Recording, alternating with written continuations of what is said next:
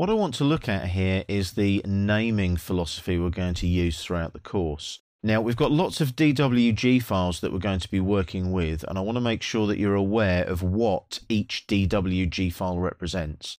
So we've got a naming philosophy that allows us to check that. So what we're going to do is we're going to go and open up a project that I've got set up in the background first. So we go to Open Project here, and we go and find our project file. You can find these work files in the Working Files folder inside each chapter folder on your DVD or in your download file. So I'm going to click on Movies and Work Files, which is where I've stored all of my drawings and videos and everything else, into Introduction, which is where we are, into Drawings, and there's a File Names folder which houses my WDP file, which is my project file. So I double click on that project file, and as you can see, there's my File Names project. Now, there's no little cross next to it indicating that there's no drawings in that particular project file right now. So I just go up to Open on the Quick Access toolbar. And in my Drawings folder, there's my drawings there. I've got one beginning with GEN, one beginning with IEC, one beginning with JIC. I'm going to go with the GEN one first and open that up. Click on Open.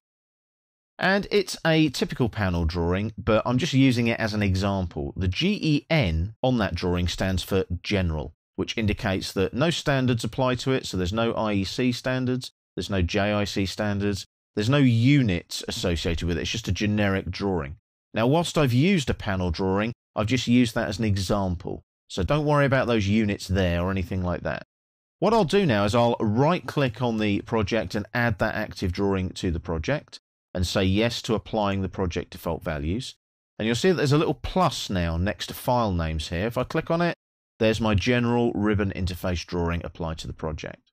So if I go to Open again now, and we'll have a look at the next one down, IEC. There you go, just another panel drawing there that I've opened up. Again, it's a panel drawing. Ignore the fact that it's a panel drawing. Look at the name of the drawing. It's IEC Cabinet. Now, it is an IEC drawing. IEC is the European metric standard for electrical, so IEC in front of any drawing means that it's a European metric standard. Again, I'll right-click on the project, add the active drawing, apply the default values. And as those default values are applied, the drawing then gets added to the project like that. Now, there's one more to look at, so I'll go to Open again.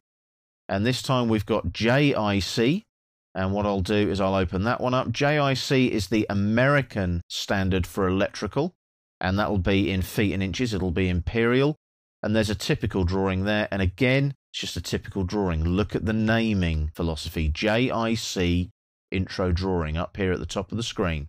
Right-click on File Names again, add active drawing, and we'll say yes to applying the project default values. Now, we've got those three drawings in our File Names project, and you can see the naming philosophy now. GEN, G-E-N, stands for General. So no standards apply, no units apply.